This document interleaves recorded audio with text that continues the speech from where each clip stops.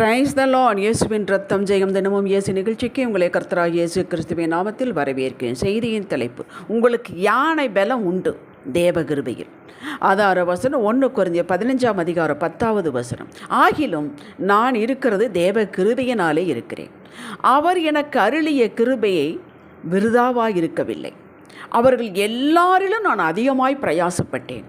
ஆகிலும் நான் அல்ல, என்னுடனே இருக்கிற தேவ கிருபையே அப்படி செய்தது.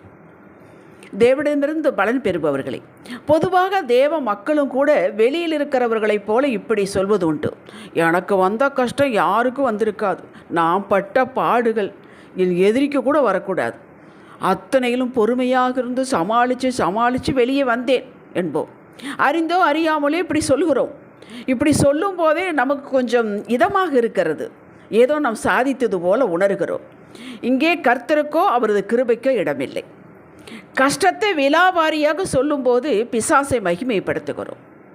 சகித்து பொறுமையாயிருந்து காத்திருக்கிறத பற்றி நம்மை பற்றி பேசும்போது நம்மை மகிமைப்படுத்துகிறோம். இது முற்றிலும் தவறானது. மரித்தவர்களுக்கும் கோமாவில் இருப்பவர்களுக்கும் மட்டும்தான் பாடுகள், வேதனைகள், கஷ்டங்கள், ஏமாற்றங்கள், மன வலிகள் இல்லை. மற்றபடி மரித்தோரை உயிரோடு எழுப்புகிற தேவ பிள்ளையாக இருந்தாலும் தேவ மனுஷனாக இருந்தாலும் இவைகள் உண்டு உண்டு உண்டு. சேலஞ்சுகள் உண்டு, விடுதலையும் உண்டு. இதன் வழியாகத்தான் கடந்து வர வேண்டும், தாண்டி செல்ல முடியாது. அதன் வழியாக வரும்போது கர்த்தர் நம் கூடவே வருகிறார். அவர் கூடவே வருகிறார் என்றால் இதன் பொருள் அவரது கிருபை நம்மேல் உள்ளது என்பதாகும்.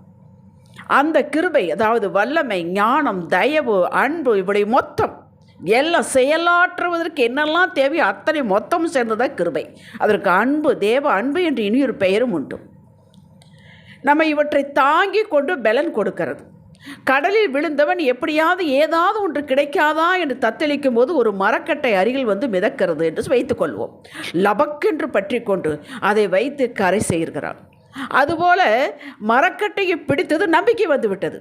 இனி நாம் மூழ்க மாட்டோம் என்று நிச்சயமாகவே உயிர் பிழைப்போம், எங்கேயாவது கரையில் கொண்டு சேர்க்கும் என்று நாம் அந்த கட்டையை விடவே மாட்டோம். கொஞ்சம் கொஞ்சமாக மிதந்து வந்து கரை சேர்க்கிறோம். கட்டையை பற்றியதும் அது நம்மை அலாக்காக தூக்கி கொண்டு வந்து கரை சேர்ப்பது இல்லை. தேவ கிருபை அப்படி செய்வதில்லை. பலர் தேவ கிருபையை, வல்லமையை, இரக்கத்தை இப்படித்தான் எதிர்பார்க்கிறார்கள். கண்ணீரின் பள்ளத்தாக்கு உருவ நடந்துதான் ஆக வேண்டும், அப்படித்தான் வைத்திருக்கிறார். இதை உருவ நடக்க தேவ கிருபை உதவி செய்கிறது. மார்க் 5ஆம் அதிகாரம் 22 36 வரை உங்களுக்கு தெரிந்த பகுதி. அதை நான் சுருக்கமாக சொல்லுகிறேன். ஜப ஆலய தலைவன் யாவீரு ஆண்டவரிடம் வருகிறான். கூட்டமோ அதிகமான கூட்டம். வந்து கெஞ்சுகிறான், காலில் விழுந்து வணங்குகிறான். என் பிள்ளை 12 வயது உள்ள பிள்ளை மறிக்க இருக்கிறாள், மறிக்க தருவாயில் இருக்கிறார். நீர் வந்து கைகளை வைத்தால் என் பிள்ளை பிழைப்பால் என்கிறார். இதோ நான் வருகிறேன், வந்து சுகப்படுத்துகிறேன் என்று கூடவே போய்கொண்டிருந்தான். போகும்போது சில டிஸ்டர்பன்ஸ். ஒரு 12 வயதுள்ள ஸ்திரீ, பெரும்பாலும் இதெல்லாம் உங்களுக்கு தெரிந்தது, அது குறுக்கிடுகிறாள், அவர் குலப்படுத்துகிறாள், அவரோடு பேசுகிறார். இந்த தகப்பனுக்கும் மனசு திக்கு திக்கு நடித்திருக்கும். ஐயோ நேரமாகுதே, ஐயோ நேரமாகுதே, இவங்க வந்து பேசுகிறாங்களே, இவர் வேறு விலாவாரியாக கேட்டுக்கிட்டு இருக்கிறாரே என்று அது அவரவர்களுக்குத்தான் தெரியும். அப்படி பேசிவிட்டு வருகிற வழியில் செய்தி வீட்டிலிருந்து வருகிறது, பிள்ளை இறந்து விட்டாள் என்று. வந்த செய்தி உண்மைதான், மகள் இறந்து விட்டாள். அவன் ஒன்றும் பேச முடியவில்லை. இயேசுவோ அவனை பார்த்து, பயப்படாதே, விசுவாசம் உள்ளவனாயிரு என்கிறார். இது கான்ட்ரடிக்டராக இருக்கிறது. ப்ராக்டிக்கலாக நம்ம யோசிப்போம், ஒரு தகப்பனினுடைய மனநிலை எப்படி இருந்திருக்கும். வழியிலே இந்த ஸ்திரீ மறிக்காமல் இருந்தால், இவரும் அவருடன் பேசாமல் வந்திருந்தால், என் மகள் பிழைத்திருப்பாளே, இப்பொழுது இறந்து விட்டாளே என்று உள்ளே அடிக்கிறது. ஆனால் அவரோ பயப்படாதே என்கிறாரே. இது ஒரு மனப்போராட்டம். இந்த போராட்டத்தின் மத்தியிலே அவர் பயப்படாதே, விசுவாசம் உள்ளவனாயிரு என்ற வார்த்தை, அந்த வார்த்தைக்குள் இருக்கிற கிருபை அவனை பலப்படுத்தி அமைதியாக அவனோடு நடக்க வை. இதுதாங்க கிருபை செய்யும், செயல்பட வைக்கும். நீங்கள் வேறு விதமாக புரிந்து கொள்ளக்கூடாது. கிருபை, தேவ கிருபை நம்மளை முடக்கி விடாது, அமைக்கி விடாது, செயல்பட வைக்கும். அமைதியாக வருகிறாள். அங்கெல்லாம் கூப்பாடு போடுகிறார்கள், அதெல்லாம் உங்களுக்கு தெரியும். உள்ளே போகிறாள், மகளுடைய கையை பிடித்து தூக்கிறாள், எழுந்து கொண்டாள். மக்களே, ஒரு தகப்பனின் பாசம் மனநிலையை அறிந்த கர்த்தர் பயப்படாதே விசுவாசம் உள்ளவனாய் என்ற வார்த்தையில் வல்லமை உண்டு. அந்த வார்த்தை கிருபையின் சத்தியம் நிறைந்தது. அந்த கிருபை அந்த நேரத்தில் யாவரையும் மௌனமாக வைத்து பலப்படுத்தினது, செயல்பட வைத்தது, நடக்க வைத்தது. ஏதோ ஒன்றை அவன் இருக பிடித்து கொண்டான், ஒரு நூல் போன்றது. அந்த வார்த்தை இவனை பலப்படுத்தி வீடு வரை நடந்து வர செய்தது. இதுதாங்க கிருபையின் வேலை. காலைதோறும் புத்தம்பது கிருபையை நாம் பெற்றுக்கொள்ள வேண்டும். அதனால தான் சொல்கிற அதிகாலை எழும்புங்கள். இஸ்ரவேல் மக்கள் வனாந்திரத்தை 40 வருடங்கள் முன்னாடி அதிகாலை போனால் தான் மன்னா கிடைக்கும். கொஞ்சம் லேட்டாக போனால் அதெல்லாம் உருகி போயிடும். அப்படிதாங்க அதிகாலை எழும்பி கிருபையை பெற வேண்டும். புலம்பல் 3:22-23. அதிகாலை கிருபையை கேட்க வேண்டும் என்று தாவீது விண்ணப்பிக்கிறான். சங்கீதம் 143:8. இந்த கிருபை நம்மை பலப்படுத்தும், அலாதி தைரியத்தை கொடுக்கும். ஏதோ ஒன்று தேவன் என்னை எல்லை செய்ய போகிறார். நான் அதுவரை சற்று அமைதியாக இருக்க வேண்டும். நான் முடங்கி படுக்கக்கூடாது. எனக்கு புரியவில்லை, ஆனால் நம்பிக்கையை கொடுத்ததை சிந்திக்க வைத்து பொறுமையாக இருக்க வைத்து நடத்தும் பாருங்க. எதுவரையில்? காரியம் கைகூடு வரையில். அதுதான் கிருபை. தாவீது சொல்வதை பாருங்கள். கர்த்தர் எனக்கு துணையாயிராவிட்டால், அதாவது அவருடைய கிருபை இல்லாவிட்டால், என் ஆத்துமா சீக்கிரத்தில் மௌனத்தில் வாசம் பண்ணி இருக்கும். என் கால் சறுக்குகிறது என்று நான் சொல்லும் போதே கர்த்தாவே உமது கிருபை என்னை தாங்குகிறது. சங்கீதம் 94:17-18. நான் ரிட்டையர்மெண்ட்டுக்கு ஆகிறதுக்கு கடைசி 6 வருடங்கள் ஏற்கனவே நிறைய முறை உங்களுக்கு நான் சொல்லியிருக்கிறேன். காலையிலிருந்து சாயங்காலம் வரை அந்த பிரின்சிபலுக்கு என்ன செய்யலாம், என்ன டிஸ்டர்ப் பண்ணலாம். ஒன்றே ஒன்று, நான் ஆண்டவரை பிள்ளை என்பதற்காக என் மேலேயே கண்ணு வைத்து எனக்கு என்ன டிஸ்டர்ப் பண்ணலாம், எனக்கு என்ன ப்ராப்ளம் கொடுக்கலாம் என்பதுதான் அவர்களுடைய வேலை. நான் முழுக்க அங்கேருந்து வீட்டிலிருந்து புறப்படும் போதே தகப்பனே எனக்கு ஒன்றும் தெரியாது, இன்றைக்கி என்ன பிரச்சனை வரும்போது நீர் அறிவீர், உம்முடைய கிருபை எனக்கு வேண்டும், இவ்வளவுதான். அவர்களை என்னென்னவோ பண்ணி பார்த்தார்கள், என்னை மடக்கவே முடியவில்லை. அவருடைய கிருபை என்னை தாங்கிற்று, ஜெயிக்க வைத்தது, பொறுமையாக இருக்க வைத்தது. என்னுடைய பொறுமையே ப்ராப்ளம் தன்னால் சால்வ் ஆகிவிடும். அவர்கள் பண்ணினதெல்லாம் அவர்களுக்கே தான் திரும்பி வரும். இதுதான் கிருபை செய்யும். கிருபை தோல்வியை, ஏமாற்றத்தை, பலவீனத்தை, அவிசுவாசத்தை மாற்றி நம்மை ஜெயத்திற்கு நேராக திருப்பிவிடும். இந்த கிருபையை நாம் வேஸ்ட் பண்ணிவிடக்கூடாது. அதாவது கிருபையை பெற்ற நாம் எதிரான சூழ்நிலை வரும்போது, பிசாசின் ஆர்ப்பாட்டம் வரும்போது, வஞ்சகம் வரும்பொழுது, கண்ணி இருக்கும் பொழுது, வலையை நம்மளை கொண்டு வந்து வைக்கும்போது, இவற்றை கண்டு சோர்ந்து போய் எனக்கு மட்டும் இப்படி, நான் சர்ச்சுக்கு போகிறேனே, காணிக்க கொடுக்குறேனே, ஜெபிக்கிறேனே, இதெல்லாம் இருக்கட்டும், எல்லாருக்கும் உண்டு என்று கேட்டுக்கொண்டு சுருண்டு படுத்து விடக்கூடாது. படுத்தால் அமுக்கி விடுவான் அப்படியே பிசாஸ். ப்ராப்ளத்தையே மையமாக எடுத்து மடியில் வைத்துக்கொண்டு தியானிக்கக்கூடாது. நீங்கள் பெற்ற கிருபையை வேஸ்ட் பண்ணுகிறீர்கள் என்பதாகும். சோர்ந்து போய் உட்கார்ந்து விடக்கூடாது, புலம்பக்கூடாது. அங்கே அழுக வரத்தாங்க செய்யும். அழுங்க, பாத்ரூமில் போய் அழுங்க, மனுஷங்கிட்ட அழுகாதீங்க. ஃபோன் எடுத்து விலாவாரியாக எல்லாரோடும் பேசி பச்சாதாம் தேடக்கூடாது. இப்படி பண்ணினால் பெற்ற கிருபையை வேஸ்ட் பண்ணுகிறீர்கள் என்பதாகும், விருதாவாக்குகிறீர்கள் என்பதாகும். பவுல் சொன்னது போல உடனே மனதை பலப்படுத்தி கொண்டு கர்த்தரின் கை மீறி எதுவும் எனக்கு நடக்காது என்று தேவ சமூகத்தில் அமரும்போது வழி பிறக்கும். நிச்சயமாக வழி பிறக்கும். தேவ சமூகத்தில் நம்மளை நடத்துவது அவரது கிருபை.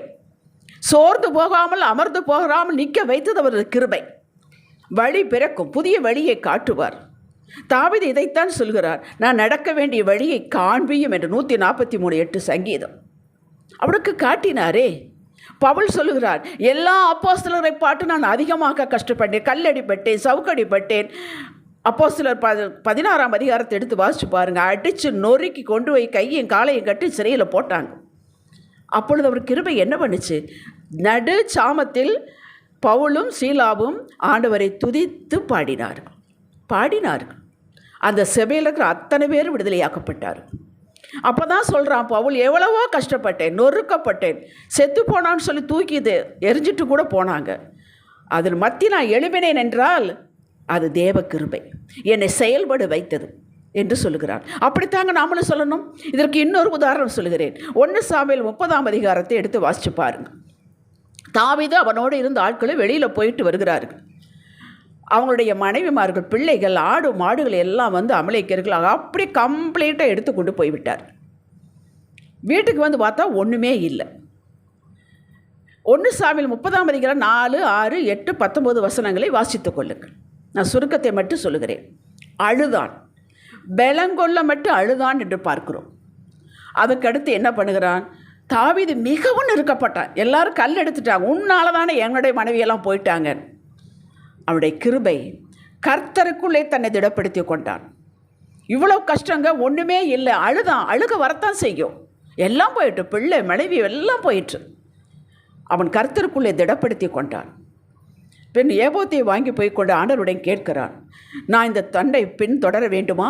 அதை நான் பிடிப்பேனா என்று கேட்டான். அதற்கு கர்த்தர் பதில் சொல்லுகிறார், தொடர், அதை நீ பிடித்து சகலத்தின் திருப்பிக் கொள்வாய் என்றார். கேட்டீர்களா? இவன் அழுது படுத்திருந்தால் கல்லடி வாங்கத்தான் இருந்திருப்பான். பலப்பட்டு எழும்பினான், ஆண்டவர் சமூகத்தில் உட்கார்ந்தான், கேட்டான், பதிலை பெற்றுக்கொண்டான். 19வது வசனம் சொல்லுகிறது, அவன் கொள்ளையாடி கொண்டு போன எல்லாவற்றிலும் சிறியதிலும் பெரியதிலும் குமாரரும் குமாரத்தில் ஒன்றும் குறைவுபடாமல் எல்லாவற்றையும் தாவீது திருப்பி கொண்டான். அப்படி நீங்கள் திருப்பிக் கொள்வீர்கள். இழந்து போன சகலத்தையும் திருப்பிக் கொள்வீர்கள். ஆனால் நீங்கள் முடங்கி படுக்கக்கூடாது, பிசாசை பற்றி பேசக்கூடாது, பிரச்சனையை பற்றி பேசக்கூடாது. அமைதியாக இருக்க வேண்டும். தேவ கிருபை உங்களுக்குள் பலன் கொடுக்கும்.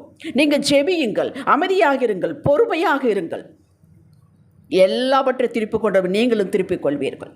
கிருபை பலன் கொடுக்கும். அடுத்து என்ன செய்ய வேண்டும் என்ற கிருபை நடத்தி செயல்பட வைக்கும்.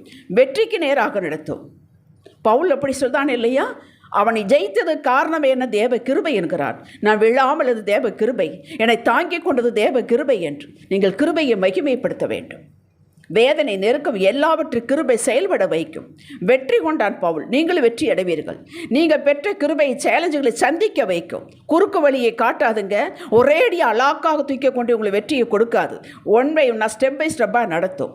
கர்த்தரிடம் நடத்தும். மனதை பலப்படுத்தும். நம்பிக்கையில் உறுதியாக வைக்கும். நிற்க பலன் கொடுக்கும். கர்த்தர் காட்டும் வழியை தெளிவுபடுத்தும்.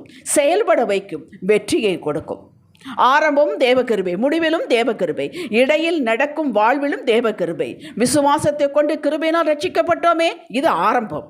முடிவு வரை நமது விசுவாசமும் தேவகிருபையும் ஒன்று சேரும்போது பரலோக வாழ்வை பூலோகத்தில் நிறைவாக வாழ்ந்து நாம் கிருபை பெற்றவர்கள் என்பதை உலகத்திற்கு காட்டுவோம். நம்முடைய சந்ததிக்கு வைத்துவிட்டு போவோம். ஜெபிக்கலாம். மீனுக்கு தண்ணீர் பலம். நீரில் இருக்கும் வரை அந்த மீனை ஒன்றும் செய்ய முடியாது யாரும். தகப்பனே, எங்களுக்கு உமது கிருபை இருக்கும் வரை எதுவும் எங்களை செயல்படாமல் முடக்கி வைக்க முடியாது. இந்த மாறாத பெருகுகிற விசேஷத்த அதிசயமான கிருபையை எங்களிலே விளங்க பண்ணும். இயேசுவே நாமத்தில் பிதாவே. இன்றைய சிந்தனைக்கு நான் கிருபை பெற்றவன் வாழ்வேன் சிறப்பாக. ஆமேன். ஹல்லேலூயா.